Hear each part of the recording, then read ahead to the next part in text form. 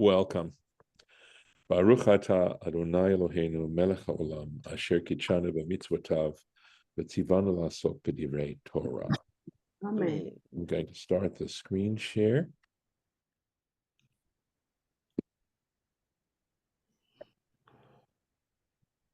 And it's good to be back. So we're starting chapter 25, and we're going to be pretty much finishing up Chayyei Sarah eventually. I believe this is the last chapter of Chayyei Sarah, and let's take a look at it. Yosef Avraham, Abraham, Yosef is to add, something like that, okay, or to continue in this way. Vayikach Isha, and he acquired or he took for himself a wife, Ushma Keturah, and her name was Keturah. This is the one of the chapters that people generally don't get to read or don't know that much about. So if you're not aware of this tradition, you may find it interesting. So her name here is given as Keturah. And according to Bereshit Rabbah, Zo Hagar, it wasn't a different person. It's simply giving her a different name, Keturah. We know that people have more than one name associated with them, and sometimes it's contextual, and in this case, in some ways it is. So Keturah. And why would Hagar's name be Keturah here? V'nikret Keturah, and she is called Keturah, al shem shenaim ma'aseha kiktoret. And the reason is that her deeds were as fitting and pleasant and appropriate as incense. And incense is, when you think about it, one of the deepest emotional places has to do with our olfactory organs and how our sense of smell can affect us emotionally so tremendously. And incense is supposed to represent a deep, pleasing sense. And that's the way of describing Hagar's behavior. And it's interesting because, of course, Hagar doesn't start as being a member of the Israelite people, but is in fact an Egyptian maidservant. The fact that she's Egyptian has some literary irony attached to it. Again, as I know I keep saying this, but when you start to look at the Bible in a non-literal sense, but in a literary sense, I think jewels come out of it. So at any rate, so why? Specifically, what was it? And this is, of course, you'll see a little bit personal, but you'll see Shekashra Pitcha. And what it's saying is that she acted very, very modestly, that essentially she did not have engaged in sexual relations with anyone else, okay? Shelo nizdavga, because she did not associate Adam with anyone else, with another man, miyom shepirsha me Abraham, from the day that she left Abraham, so that she was loyal to Abraham, never wanted to have relations with any other man from that moment on. And that is given as a specific example of how careful she was in her behavior and why she'd be called Keturah. Well, mine actually explains it differently. Okay. It says the reason she's called Keturah are there two reasons. One is that it related to Ketoret. The other is that Katra, it says, is the Aramaic for tide. Yes. And you didn't explain this part. I didn't want to be graphic. I chose not to be graphic. Okay, but without being graphic in that way, it doesn't explain it to me very well. It says she tied her opening. Yes, I would have said that. I chose to be euphemistic. Okay, well, I chose to be explicit because I think it makes the connection to her name better. By all means. Okay, all right. Yes, the word Keturah in Aramaic is the Aramaism of Katra. So that's a closer, understanding as why that specific explanation. Yeah, I was trying to be modest in my speech. But thank you, Lauren. I don't have any problem with your wanting to translate it literally. Well, I mean, Rashi wasn't modest. If you think, I mean, to me, Uh, that's not necessarily modest to say okay, she tied her opening. I mean, immodest. right. I understand. It's more graphic, and I was being euphemistic. And again, cultures are different, right? So saying it in Hebrew might not have the same connotations that it does. It has the same meaning. It just may not have the same connotations. But fine, as you know, we've done other things. I just chose to go that route, but I appreciate the correction if it is a correction, but also the fact that you do understand now literally the Hebrew here and its connection to the Aramaic, which I confess I didn't see right away, but it makes it more sense as to why she's called Keturah.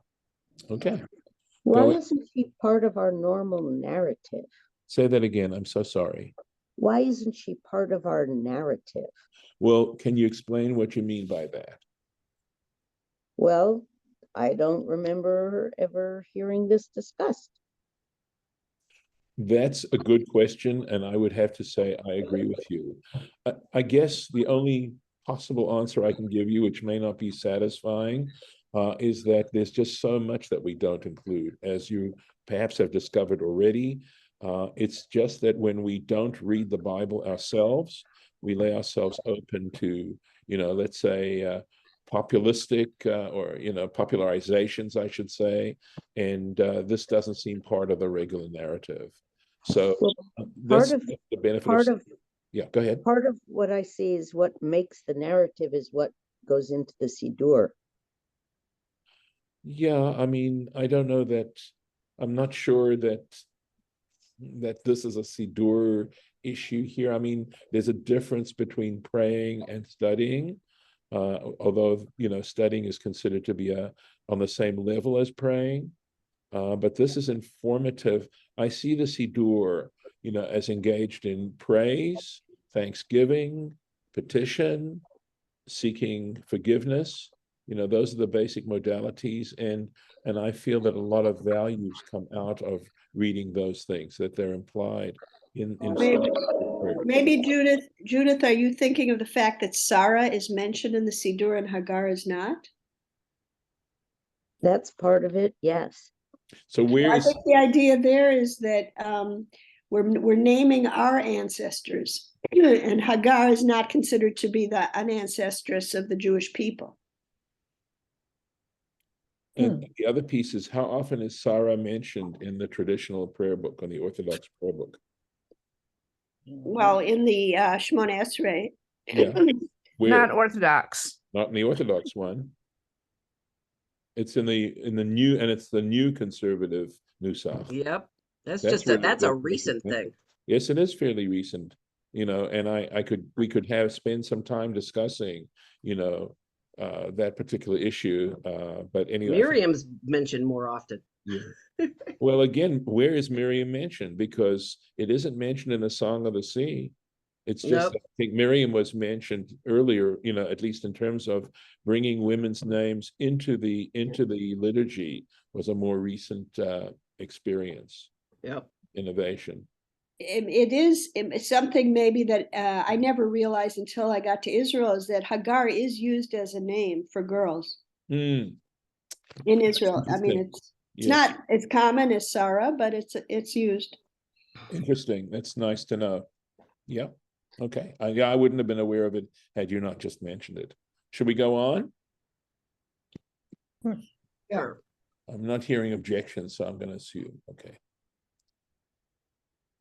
Okay. Going on. Vateled lo, and Keturah, or Hagar, alias Keturah, bore for him et Zimran, Yokshan, ve'et Medan, ve'et Midian. So we have 4 here, et Yishbak, ve'et Shuach. So we now have 6 children. It's so interesting, of course, that at this particular age, Abraham, and he's in his hundreds here, okay, because Sarah died at 127 years, and Abraham, I think, is 10 years older than she was. So he's 137, and here he is having all these children with Hagar. And we go on with the genealogy. Yokshan yalad et Sheva et Dedan, so grandchildren. Yokshan bore Sheva and Dedan, Uvnei Dedan, and we go to the next generation. Hayu Ashurim, they were Ashurim. I'm not translating that. We'll discuss that in a little bit. Ulit Tushim Ula Umim. So they're all interesting ways of describing if they are names, if they are in fact names. And I anticipate for a moment that, and if you glance over this, you can see that Onkelos has some issues with translating these as names, but rather as descriptions. Well, why doesn't it say Yishmael? Okay, because Ishmael was born before. Okay, so Before what? Ishmael was born before this second set of children. Ishmael was, and the fact that Hagar and Keturah are identical is a midrash. It's not explicit in the text, right? Correct. It's suggested, as Rashi tries to pull out, it's suggested by the text. It's a very ancient interpretation. And again, I go back to this position of mine that if we see this through the eyes of the rabbis, they're looking at this more from a literary point of view too. And that's why this isn't historical. This is literary. That's the main value that we're getting out of this. What's the main difference between literary and historical? Well, historical, I think it's a good question, Judith. Thank you. I think historical is looking for facts, although even with history, you have to sort of filter it. But I think the values, history isn't involved with foreshadowing and metaphor, and that's not historical style. Historical style is more didactic, the simple meaning and that kind of thing. I'm not saying that there isn't interpretation. Obviously there is, but it's a different approach to the information. It processes the information in a different way, whereas literary isn't as concerned of facts per se, as opposed to facts in a much broader sense, meaning living emotions. I don't think history is involved in emotional reaction, although it might be. I'm not saying it can't be used that way, but I think that when I look at literature, I think it tries to take into account the whole human reaction to reality. And that's, of course, and I'm trying to think on my feet. You asked me a great question, Judith, but that's the way I understand it. So, but things like foreshadowing, okay, are important to put into the narrative, including the meaning, and likewise, take this example that we have right here of Keturah, and Keturah being Hagar, and the reason she's called Keturah, the way Rashi is sharing with us how the rabbis look at her name. Okay, that, generally speaking, that is not the main purpose of a historical analysis. So I apologize if I'm oversimplifying. Excuse me, Judith, I just thought of another way in which Keturah is kind of in the popular mind in Israel. There's a kibbutz named Keturah. Okay. Well, we also, by the way, know, and again, this is more of a literary kind of way of looking at it, is the significance of Ketoret, right? So symbolism is very important, so that when we talk about hands, we're talking about control. When we're talking about legs, we're talking about movement, those kinds of things. I don't think that history, historical expression is so much involved in that kind of thing. But Ketoret, we know that Ketoret was the incense was a very powerful type of offering to be brought, and was loaded with both healing and danger, and there may be those suggestions, in calling Hagar Keturah, although here in Rashi we only have the positive meaning of it, and primarily incense is understood primarily as a positive thing, although we know that Aaron's sons died bringing strange fire, strange incense. So, I mean, all those kinds of things get bundled up as one goes through these sorts of things, and the associations one tries to discover in approaching it from a literary point of view. So so here we go, Rashi, Ashurim. So we notice it's not Haya Ashur, it's Ashurim, right? Without the Yud. So let's take a look. Uletushim, Shem Rashi Umot. So Rashi says these are the names of the heads of nations. So Litushim means the Litushites, right? Is how you might translate it, right? And the Ashurim would be the Ashurites, and that's the way Rashi would be explaining this. V'hatirgum shel Onkelos, but he says, but the translation into Aramaic of Onkelos, ein li liyashvo al lashon hamikra.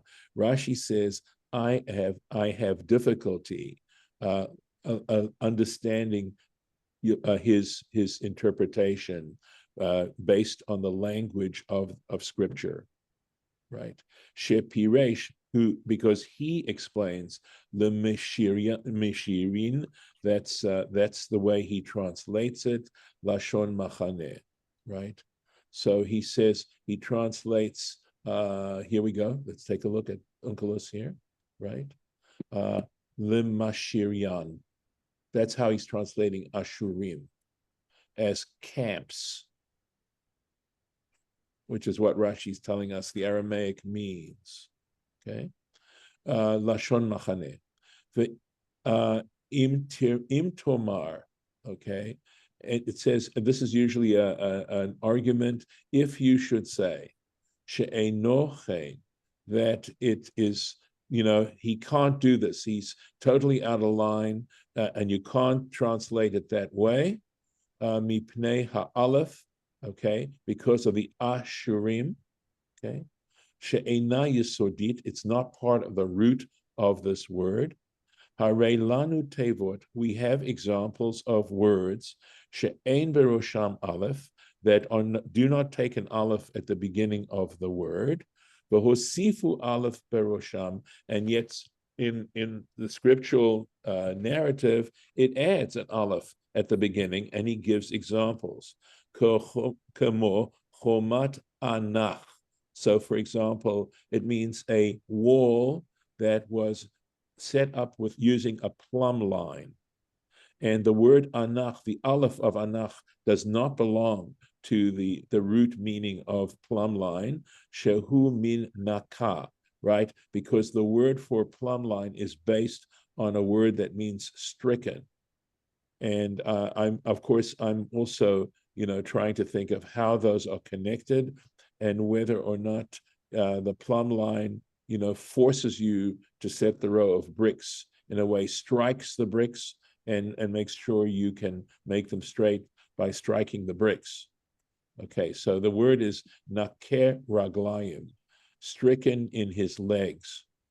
Ukamo asuch shemen. Okay, this was actually in last week's haftarah, and it means a cruse of oil. And the word asuch has to do, he's going to tell you, has to do with the idea of anointing. And the aleph has nothing to do with the root of the letter, shehu min verachatzta vesikita, something like that, or vesachta, probably, right? So in this case, and lischot means to bathe or to swim, right? And that's the root. There's no aleph in this root, right? That's from a verse that says, you shall wash and bathe.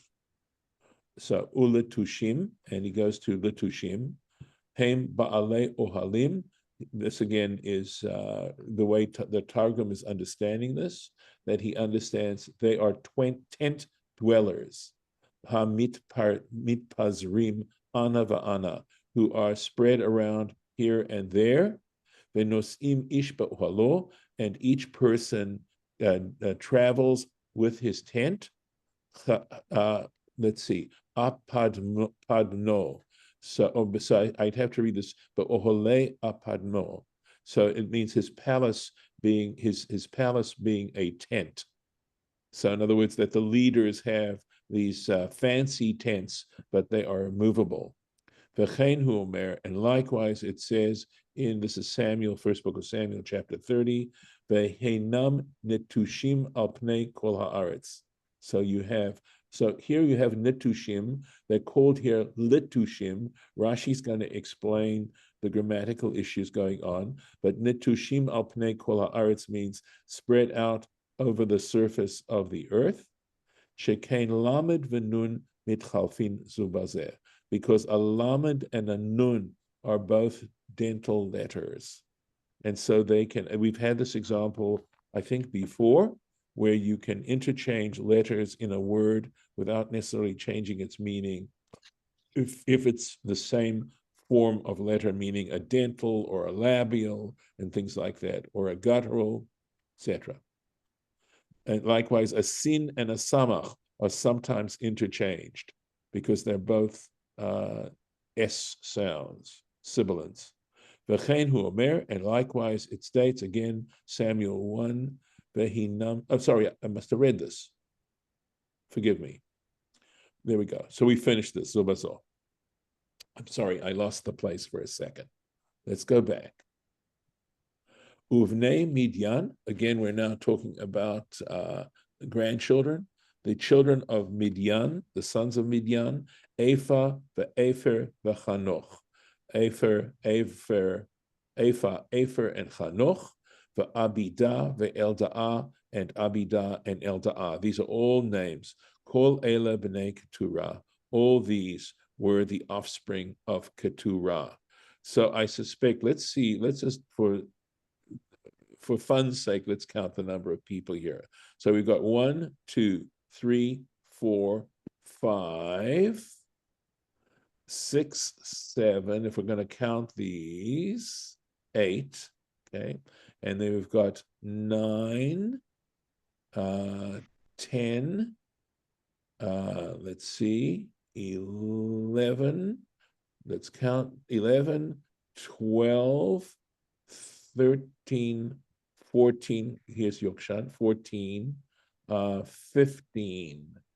So we have 15 children that are descendants here. Not including Ishmael and his. Not including Ishmael, which would make 16. And of course, Ishmael has children too. Is there any discussion of how maybe some of these people are female? No, not that I'm aware of. I don't Because, Shua, it has no descendants later. Yeah. And somebody else doesn't have, so I was just wondering if maybe some of these with a hey at the end were actually female. Yeah. And I've got some other ideas on this whole thing because it's coming up. Okay. So I'm not aware of it. Okay. You could Okay. be right, but it's an interesting thought. Yeah. But I'd want to see some support of that. And I think you're suggesting possibly some. It would really be cool to find, an ancient interpretation that would share that with us. Okay. So you can set it out as a possible hypothesis. There you go. Yep. There we go. I got a whole hypothesis about this whole paragraph right now. Okay. Well, Okay. Okay. All right. So I can stop here if you want to share that. Or do you want me to go on? You have to finish the paragraph or it's not going to make sense. Okay. Okay. So we might have time tomorrow then. Vayiten Avraham et kol asher lo liYitzchak. Abraham gave everything he had to Yitzchak, right? And let's see what it says here. Vayiten Avraham, etc. To give.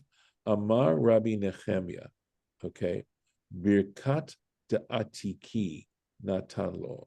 So he's saying here, Rabbi Nehemiah is saying that the blessing as a legacy, right, he gave to him, she'amar because lo hakadosh baruch hu Abraham, because the Holy One, blessed be He, had said to Abraham, v'hayei bracha. Right at the very beginning, it says, "And you shall be a blessing."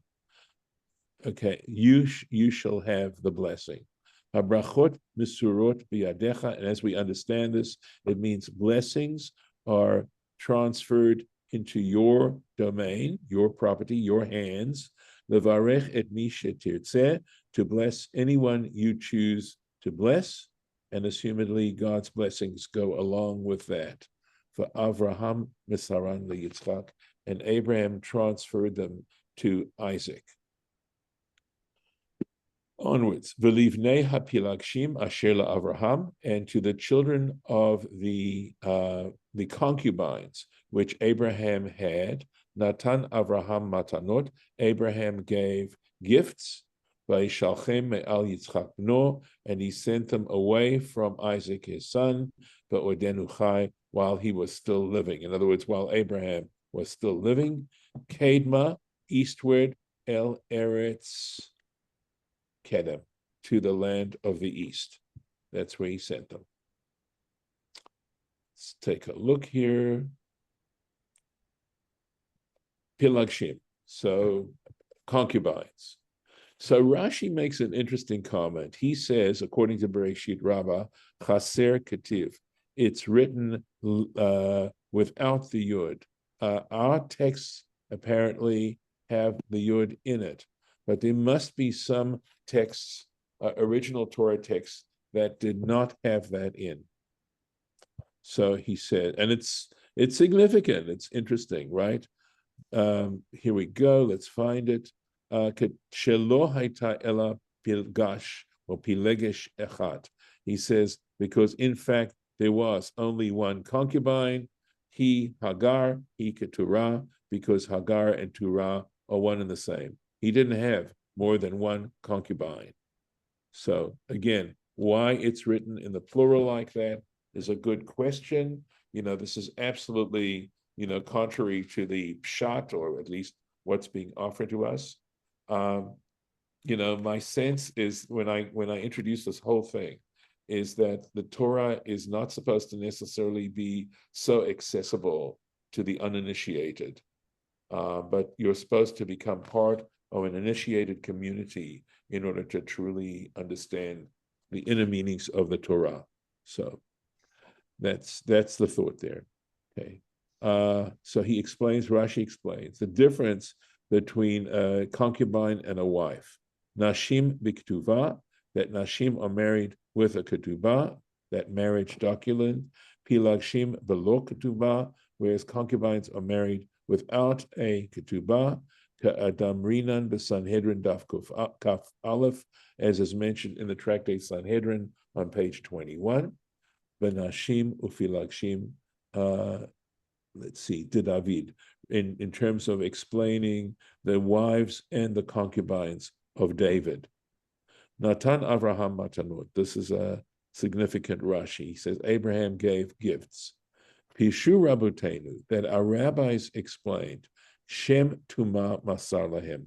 He gave them names of impurity, and that really begs interpretation and explanation. I actually looked at the Torah T'mima, who's very helpful about this. Essentially, it says that Abraham knew that they would start to worship idols, that he was familiar with this. And these names of impurity are names of the idols, so as not to confuse HaKadosh Baruch Hu, the Holy One, blessed be He, with any of these idols.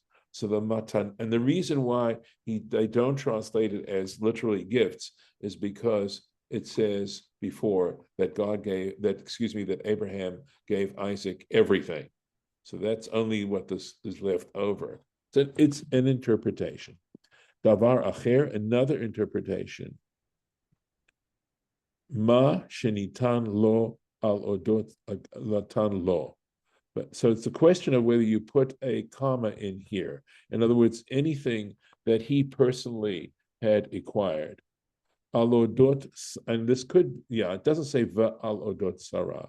So aladot sarah usha'ar matanot.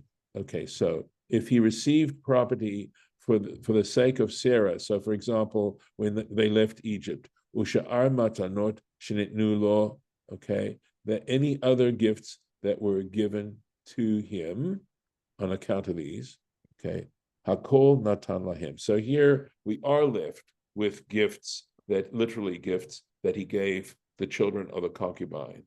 Shelo ratzah le'enot mehem, because he did not want to benefit. I'm going to assume mehem means from them, and I'm going to assume he means the gifts. He did not want to be dependent on the gifts of others. And with this, I'm going to stop today and just mark the page here. Okay, I'm going to stop the share and stop the recording.